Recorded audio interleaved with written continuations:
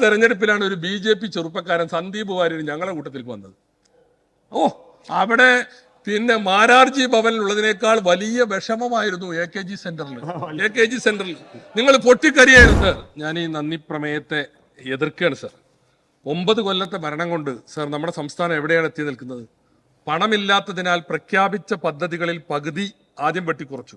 പിന്നെ അതിന്റെ പകുതിയും വെട്ടിക്കുറയ്ക്കുന്ന ശ്രമത്തിലാണിപ്പോ സർക്കാർ. അത് മന്ത്രിമാർക്കൊക്കെ നന്നായിട്ട് അറിയാം സർ. 30,000 കോടി പുറത്ത് കൊടുത്തു തീർക്കാനുണ്ട് വിവിധ ഏജൻസികൾക്ക്, കരാറുകാർക്ക്. ശമ്പളവും പെൻഷനും മുടങ്ങുകയാണ് സാർ. ഉച്ചക്കഞ്ഞിയില്ലാത്ത സ്കൂളുകൾ, മരുന്നില്ലാത്ത ആശുപത്രികൾ, പൊട്ടിപ്പൊളിഞ്ഞ റോഡുകൾ, ഇവിടെയൊക്കെ നിസ്സംഗമായി നിൽക്കുന്ന ഒരു സർക്കാരാണ് സാർ. എന്നാൽ ജനങ്ങളിൽ നിന്ന് നികുതി പിരിക്കുന്നതിന് വല്ല കുറവുണ്ടോ സാർ? വൈദ്യുതി കരം കൂട്ടി, വെള്ളക്കരം കൂട്ടി, അതുപോലെ തന്നെ കെട്ടിട നികുതി വർദ്ധിപ്പിച്ചു, രജിസ്ട്രേഷൻ ആകെ കൂട്ടി, കോടതി ചെലവുകൾ കൂട്ടിയെന്ന് മാത്രമല്ല ഇപ്പൊ 5 ഇരട്ടിയാക്കി കൂട്ടാൻ വേണ്ടി പുതിയ ശുപാർശയും വാങ്ങി വെച്ചിരിക്കുകയാണ്. പെട്രോളിന് സെസ് കൂട്ടി. അങ്ങനെ പോകുന്നു സാർ നികുതി ഭാരം. കടമെടുക്കുന്ന കാര്യത്തിലോ കടമെടുത്ത് മുടിഞ്ഞ തറവാടായിട്ട് കേരളം മാറി സാർ. ഈ ഗവൺമെന്റ് പിണറായി വിജയൻ സർക്കാർ അധികാരത്തിൽ വരുമ്പോൾ കേരളത്തിന്റെ പൊതുകടം 1.5 ലക്ഷം കോടിയായിരുന്നു. അതിപ്പോ 4.75 കോടിയായി. ഇപ്പൊ എടുക്കുന്ന കടത്തിന്റെ സ്ഥിതി എന്താണെന്ന് അറിയാം? എടുക്കുന്ന കടത്തിന്റെ 92% പഴയ കടം വീട്ടാനാണ് ഉപയോഗിക്കുന്നത്. കേരളത്തെ ഇവർ കടക്കെണിയിലാക്കി എന്നുള്ളതാണ് സാർ ഇപ്പോഴത്തെ അവസ്ഥ. ഗവൺമെന്റിന്റെ പിടിപ്പുകേടാണ് ഇതിനൊക്കെ കാരണം സാർ. ദൂർത്തിലേക്ക് ഇവർ എത്രമാത്രം പോയി എന്ന് ഞാനിവിടെ വിശദീകരിക്കേണ്ടതില്ല. കാരണം അത്ര വലിയ ദൂർത്താണ് ഈ സർക്കാരിന് കീഴിൽ നടക്കുന്നത് സാർ. ഇവിടെ ഇപ്പോൾ വാഴ്ത്തുപാട്ടുകളാണ്. ഇതൊക്കെയാണ് സർക്കാരിന്റെ അവസ്ഥ. ജനം വല്ലാതെ നെടുവീർപ്പിട്ട് വല്ലാത്ത പ്രതിസന്ധിയിലാണ്. പക്ഷേ നമ്മുടെ നാട്ടിൽ സാർ വാഴ്ത്തുപാട്ടാണ്. ആദ്യം മുഖ്യമന്ത്രിയുടെ ഇവിടെ സെക്രട്ടേറിയറ്റ് അസോസിയേഷന്റെ സമ്മേളനത്തിൽ വന്നപ്പോൾ അത് മുഴുവനും ബഹുമാനപ്പെട്ട മുഖ്യമന്ത്രി ഇരുന്ന് കേട്ടു എന്നുള്ളതാണ് എന്നെ ഏറെ ആകുലപ്പെടുത്തിയത്. കാരണം ഈ വാഴ്ത്തുപാട്ടുകൾ ഇങ്ങനെ കേട്ടിരുന്നത് കൊണ്ട് ഈ സംസ്ഥാനത്തിന്റെ പ്രശ്നങ്ങൾ പരിഹരിക്കപ്പെടുമോ സാർ? കാരണഭൂതന്റെ 2ാം എപ്പിസോഡ് കാവലാൾ. ഇതാണ്. ഈ സ്തുതിഗീതങ്ങളും വാഴ്ത്തുപാട്ടുകളും സ്വയം ഉയർത്തലൊന്നും പാടില്ല എന്നതാണ് പാർട്ടി നയമെങ്കിലും ഇവിടെ നടന്നുകൊണ്ടിരിക്കുന്നത് സാർ ഇതൊക്കെയാണ്. ആ പാട്ട് എഴുതിയ ആൾക്കോ വിരമിച്ച ശേഷം വീണ്ടും പുനർനിയമനം. സാർ എന്താണിത്? ഇവിടെ അന്ന് പറഞ്ഞ എന്താണ്? അധികാരത്തിൽ കയറുമ്പോൾ പറഞ്ഞ എന്താ? ചില അവതാരങ്ങൾ വരും, അവരെ ശ്രദ്ധിക്കണം. അവതാരങ്ങൾ ഇപ്പൊ ഈ കോലത്തിലാണ് വരുന്നത്. എന്നിട്ട് നിങ്ങൾ പുനർനിയമനം കൊടുത്തു. അപ്പൊ അതൊക്കെയാണ് സാർ ഈ സംസ്ഥാനത്ത് നടക്കുന്നത്. പക്ഷെ ജനങ്ങൾ ഇതിനൊക്കെ പ്രതികരിക്കുന്നുണ്ട് കേട്ടോ. ഇവിടെ ഇപ്പൊ കഴിഞ്ഞ തെരഞ്ഞെടുപ്പുകളുടെ സ്ഥിതി എന്താ? പാർലമെന്റ് തെരഞ്ഞെടുപ്പിൽ നിങ്ങൾ ആകെ തകർന്ന് തരിപ്പണമായി. നിങ്ങളുടെ പാർട്ടി ഗ്രാമങ്ങളിലടക്കം വോട്ട് നഷ്ടപ്പെട്ടത് എന്തുകൊണ്ടാണെന്ന് നിങ്ങൾക്ക് ഇതുവരെ കണ്ടെത്താൻ സാധിച്ചിട്ടില്ല. പാർട്ടി ആകെ തകർന്നു പോയി എല്ലാ മണ്ഡലങ്ങളിലും. ഇവിടെ തൃശ്ശൂർ നിങ്ങൾ താലത്തിൽ സുരേഷ് ഗോപിക്ക് ഒരു വിജയം കൊടുത്തതല്ലാതെ അതുപോലെ വേറെ എവിടെയാണ്? എല്ലായിടത്തും നിങ്ങൾ തോറ്റു. അത് കഴിഞ്ഞിപ്പോ ലോക്സഭയിലേക്ക് ഉപതെരഞ്ഞെടുപ്പ് നടന്നു. പ്രിയങ്ക ഗാന്ധി വയനാട്ടിൽ മത്സരിച്ചു. നിങ്ങൾക്ക് വന്ന വോട്ടിന്റെ കുറവ് എത്രയെന്ന് പറയുന്നത്? 70,000 വോട്ടിന്റെ കുറവുണ്ടായി. അന്ന് രാഹുൽ ഗാന്ധിക്ക് കിട്ടിയതിനേക്കാൾ 50,000 വോട്ടിന്റെ ഭൂരിപക്ഷം പ്രിയങ്ക ഗാന്ധിക്ക് കൂടുതൽ കിട്ടി എന്നുള്ളതാണ്. അപ്പൊ കേരള ജനത ഇതിന് പ്രതികരിക്കുന്നുണ്ട് സാർ. പാലക്കാട്ടേക്ക് വന്നാൽ എന്തെല്ലാമായിരുന്നു സംഗതി? നിങ്ങൾ ഇവിടെ ഇപ്പൊ വലിയ വർത്താനല്ല പറയുന്നത് BJPക്കെതിരാണെന്ന്. അവിടെ ഞങ്ങൾക്കെതിരെ മത്സരിച്ചത് അതാ രാഹുൽ മാങ്കൂട്ടത്തിൽ ഇവിടെയാണ് ഇരിക്കേണ്ടത്, അവിടെ ഉണ്ട്. ഏതായിരുന്നാലും രാഹുൽ മാങ്കൂട്ടത്തിനെതിരെ അവിടെ നിങ്ങൾ എല്ലാരും കൂടി ഒന്നിച്ചായിരുന്നു. CJP ആയിരുന്നു പ്രവർത്തനം. നീലട്രോളി വനിതാ നേതാക്കന്മാരുടെ മുറിയിൽ രാത്രി പോലീസിനെ വിട്ട് ക്രൂരമായി അവരെ അപമാനിച്ചു. നിങ്ങൾ അതിന് പാലക്കാട്ട് ജനത നിങ്ങൾക്ക് തിരിച്ചു നൽകി. 18,000 വോട്ടിന്റെ ഭൂരിപക്ഷവുമായാണ് ഈ ചെറുപ്പക്കാരൻ യൂത്ത് കോൺഗ്രസിന്റെ പ്രസിഡന്റ് ഇവിടേക്ക് കടന്നു വന്നിട്ടുള്ളത്. നിങ്ങൾ ഇന്നലെ വരെ കോൺഗ്രസ് ആയിരുന്ന ഒരുത്തന് രാത്രി കൂറുമാറ്റിയിട്ട് കൊണ്ടുവന്നു. എന്താ സ്ഥിതി? ദയനീയമായിട്ട് നിങ്ങൾ തോറ്റില്ലേ? നീലട്രോളിയെ കുറിച്ച് കാര്യമാക്കേണ്ടെന്ന് അന്ന് NN കൃഷ്ണദാസ് പറഞ്ഞു. ആ കൃഷ്ണദാസിനെ ഇപ്പൊ പാർട്ടി താക്കീത് ചെയ്ത് വെളിവുള്ളവർക്കൊന്നും ആ പാർട്ടിയിൽ രക്ഷയില്ല എന്നാണ് കൃഷ്ണദാസിന്റെ താക്കീത് തെളിയിക്കുന്നത് സാർ. പാലക്കാട് 18,000 വോട്ടിന്റെ ഭൂരിപക്ഷത്തിനാണ് ഞങ്ങൾ ജയിച്ചത്. ഏതാ പാലക്കാട്? AKGയുടെ പാലക്കാട്, നായനാരുടെ പാലക്കാട്, എല്ലാ നിലക്കും CPMന്റെ സമൃദ്ധിയുള്ള പാലക്കാട്. ആ പാലക്കാട് VSന്റെ പാലക്കാട്, അങ്ങനെ പലരുടെയും ഇടതുപക്ഷത്തിന്റെ കോട്ടക്കൊത്തളമായിരുന്ന പാലക്കാട്ട് 3ാം സ്ഥാനത്ത് ദയനീയമായ പതനത്തിലേക്ക് നിങ്ങൾ പോയി എന്നുള്ളത് നമ്മൾ കാണേണ്ടതുണ്ട് സാർ. പിന്നെ പറയുന്നത് ചേലക്കര ജയിച്ചില്ലെന്നാ. ഇവിടെ ഇരുന്നിരുന്ന രാധാകൃഷ്ണൻ മന്ത്രി, അദ്ദേഹം 40,000 ഭൂരിപക്ഷത്തിന് അങ്ങോട്ട് വന്നത്. ഇപ്പോ ജയിച്ച ആൾക്ക് 8,000 വോട്ടിന്റെ ഭൂരിപക്ഷമാണ്. അത് വിജയമാണോ? അത് നേട്ടമാണോ കോട്ടമാണോ വിലയിരുത്തിക്കോ.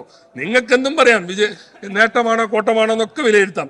സർ, ഇപ്പോൾ വിജയരാഘവന്റെ ചില പരാമർശങ്ങൾ ഈ വയനാട്ടിലെ വിജയത്തെക്കുറിച്ച് പറയുന്നത് എന്താ? ആ വിജയത്തിന്റെ മുന്നിലും പിന്നിലും മുസ്ലിം വർഗീയതയുടെ മോശമായ പ്രകടനം കണ്ടു. മൂപ്പര പ്രയോഗം മൂപ്പർക്ക് മാത്രമേ തിരിയുള്ളൂ. എന്നാലും പറഞ്ഞത് എന്താ ഉദ്ദേശിച്ചെന്ന് മനസ്സിലായി. എന്താ? ഇതൊരു രാഷ്ട്രീയ വിവേകമാണ്. രാജ്യത്തെ ന്യൂനപക്ഷങ്ങൾ ഐക്യ കണ്ടേന, രാജ്യത്തെ മതേതര വിശ്വാസികൾ ഐക്യ കണ്ടേന ഒന്നിച്ചു നിന്നാണ് ലോകസഭയിലേക്ക് ഞങ്ങളെ ജയിപ്പിക്കുന്നത്. എന്താ അവിടെ നിങ്ങളെ ജയിപ്പിച്ചൊരു കാര്യമില്ല, അവിടെ നിങ്ങളെ ജയിപ്പിച്ചൊരു കാര്യമില്ല. നിങ്ങൾക്ക് എന്താ രാഷ്ട്രീയം ഉള്ളത്? നിങ്ങൾ ഞങ്ങൾക്ക് വോട്ട് ചെയ്തോളി, ഞങ്ങൾ അവിടെ പോയിട്ട് കോൺഗ്രസിന് കൊടുത്തോളാം. എന്തിനാ നിങ്ങളെ കയ്യിൽ തന്നിട്ട് കോൺഗ്രസിന് കൊടുക്കണം? നേരിട്ട് കോൺഗ്രസിന് കൊടുക്കാം. അത് രാജ്യത്തെ ജനങ്ങൾ തീരുമാനിച്ചു. വളരെ ലളിതമായ രാഷ്ട്രീയല്ലേ. അവിടെ ലോകസഭയിൽ നിങ്ങൾക്ക് ഒരു രക്ഷയില്ല മക്കളെ. ഇനി വരാൻ പോണ ഒരു തെരഞ്ഞെടുപ്പിൽ നിങ്ങൾ ജയിക്കാൻ പോണില്ല. അപ്പൊ അതുകൊണ്ട് അവിടെ ലോകസഭാ തെരഞ്ഞെടുപ്പിൽ അത് രാഷ്ട്രീയ വിവേകമാണ് കാണിച്ചത്. ആ വിവേകം കാണിച്ചതിന് ഒരു സമുദായത്തെ ഇത്ര മോശമായി ബത്സിക്കുന്നതിനെ എങ്ങനെ ഇടതുപക്ഷത്തിന് കൂട്ടുനിൽക്കാൻ സാധിക്കും? എന്താ പറഞ്ഞത്? പ്രിയങ്ക ഗാന്ധിയുടെ പ്രകടനത്തിന്റെ മുന്നിലും പിന്നിലും മുസ്ലിം വർഗീയതയുടെ മോശം പ്രകടനം കണ്ടുന്ന. ഇതെന്ത് മോശം പ്രകടന? ഇത് രാഷ്ട്രീയ വിവേകമാണ്. മുസ്ലിം വർഗീയത മാത്രമല്ല, നിങ്ങളെ സഖാക്കൾ വോട്ട് ചെയ്തില്ലേ? അതുകൊണ്ടല്ലേ നിങ്ങൾക്ക് 70,000 വോട്ട് കുറഞ്ഞത്. 6 മാസം മുമ്പുള്ള ലോക്സഭാ പൊതു തെരഞ്ഞെടുപ്പിലുള്ളതിനേക്കാൾ 70,000 വോട്ട് നിങ്ങൾക്ക് കുറഞ്ഞത് അതുകൊണ്ടാണ് എന്നുള്ളതെങ്കിലും നിങ്ങൾ മനസ്സിലാക്കണം. പിന്നെ ആ തെരഞ്ഞെടുപ്പിലാണ് ഒരു BJP ചെറുപ്പക്കാരൻ സന്ദീപ് വാര്യർ ഞങ്ങളുടെ കൂട്ടത്തിലേക്ക് വന്നത്. അവിടെ പിന്നെ മാരാർജി ഭവനിലുള്ളതിനേക്കാൾ വലിയ വിഷമമായിരുന്നു AKG സെന്ററിൽ. നിങ്ങൾ പൊട്ടിക്കരിയായിരുന്നു. ഞാൻ ചോദിക്കട്ടെ, സന്ദീപ് വാര്യര് BJPയോട് തെറ്റിയപ്പോ AK ബാലൻ സഖാവ് എന്താ പറഞ്ഞത്? നല്ല ക്രിസ്റ്റൽ ക്ലിയർ ആണ്. സഖാവാക്കാൻ പറ്റിയ, കോമ്രേഡ് ആക്കാൻ പറ്റിയ 1-ാം നമ്പർ വ്യക്തിത്വമാണ് ആര്? സന്ദീപ് വാര്യർ. അയാൾ കോൺഗ്രസ് ആയപ്പോ നിങ്ങളൊരു സാമുദായിക ആഭിമുഖ്യമുള്ള പത്രത്തിൽ അയാളെ കുറിച്ച് പരസ്യം കൊടുത്തു. തരാതരം പോലെ പരസ്യങ്ങൾ. ഇതല്ലേ നിങ്ങളുടെ തെരഞ്ഞെടുപ്പ് തന്ത്രം? പൊട്ടിപ്പാളിസായില്ലേ? അപ്പൊ അതുകൊണ്ട് അവിടെ നിങ്ങളുടെ രാഹുൽ പോയി. പിന്നെ ഇവിടെ ഇന്ന് പ്രസംഗിച്ചവർ, നന്ദി പ്രമേയം അവതരിപ്പിച്ച ആളും അതിനെ തുടർന്ന് ബഹുമാനപ്പെട്ട AC മൊയ്തീൻ സഹാബ് ഒക്കെ പറഞ്ഞത് ജമാഅത്തെ ഇസ്ലാമിയെ കുറിച്ചാണ്. ജമാഅത്തെ ഇസ്ലാമിയെ ഞങ്ങൾ കൊണ്ടു നടക്കുന്നു, പാണക്കാട്ടെ തങ്ങൾ ഉയർത്തി കാണിക്കുന്നു. ഇതൊക്കെയാണ് ഇപ്പൊ നിങ്ങളെ പരാതി. ഞാൻ ചോദിക്കട്ടെ, ജമാഅത്തെ ഇസ്ലാമിക്കാരനെ പറഞ്ഞു 30 കൊല്ലക്കാലം ഞങ്ങൾ ഒന്നിച്ചു നിന്നതും പിന്തുണ കൊടുത്തതും ഇടതുപക്ഷത്തിന് CPM-നാണ് അല്ലേ? അതിൽ നിന്ന് ജമാഅത്ത് ഇസ്ലാമിക്ക് എന്ത് മാറ്റേണ്ടത്? ജമാഅത്ത് ഇസ്ലാമി മനസ്സിലാക്കി നിങ്ങളെ ഇതിനൊന്നും പിന്തുണക്കാൻ കൊള്ളുന്ന ഒരു കൂട്ടരല്ല. നിങ്ങൾ BJPയുമായി അന്തർധാരയുള്ളവരാണ്. അവരവരുടെ നയമാണ് മാറ്റിയത്, ഞങ്ങളല്ല നയം മാറ്റിയത്. അവർ നിങ്ങളെ പിന്തുണച്ചു. ഇമാമിന്റെ കൂടെ, അമീറിന്റെ കൂടെ മുഖ്യമന്ത്രിയും ജലീൽ ഉൾപ്പെടെയുള്ള നേതാക്കന്മാർ നിൽക്കുന്ന എത്ര പടങ്ങൾ ഈ കാലത്ത് വന്നു. ഇനി ഞാൻ ചോദിക്കട്ടെ, രാജസ്ഥാനിൽ ഇപ്പൊ നിങ്ങൾക്കൊരു ആറ്റുക്കനി കിട്ടിയല്ലോ, ഒറ്റാള് ഉത്തരേന്ത്യയിൽ ആകെയുള്ള ഒരു MP ആണ് നിങ്ങൾക്ക് കിട്ടിയത്. അതിന്റെ മുന്നിലും പിന്നിലും ഈ ജമാഅത്തെ ഇസ്ലാമി ഉണ്ടായിരുന്നു. ഫോട്ടോകൾ വേണം, എത്ര ഫോട്ടോ. അപ്പോ നിങ്ങളെ പിന്തുണക്കുമ്പോ സ്വർഗീയം, ഞങ്ങളെ പിന്തുണച്ചാൽ വർഗീയം. ഇതൊക്കെ ജനത്തിന് മനസ്സിലാകും. ഞാൻ ചോദിക്കട്ടെ, PDP നിങ്ങളെ കൂടെ ഞങ്ങൾക്ക് തീവ്രത പോരാ എന്ന് പറഞ്ഞിട്ട് പോയ INL നിങ്ങളെ കൂടെ. അപ്പൊ അതൊക്കെ സ്വർഗീയം, നിങ്ങൾക്ക് കിട്ടാത്തതൊക്കെ വർഗീയം. ഇതൊക്കെ തിരിച്ചറിയാനുള്ള വിവേകം ഈ നാട്ടിലെ ജനങ്ങൾക്കുണ്ട്. ഏതായാലും നിങ്ങളെ കഷ്ടകാലം ആരംഭിച്ചു. പിന്നെ BJP, ഞങ്ങളിവിടെ CJP എന്ന് പറഞ്ഞാൽ എന്താ തെറ്റ്? തിരുവനന്തപുരം ഏരിയ സമ്മേളനത്തിൽ നിന്ന് തെറ്റിപ്പോയ നിലവിലുള്ള സെക്രട്ടറി നേരെ പോയത് അങ്ങോട്ടാ? BJPയിലേക്കാണ്.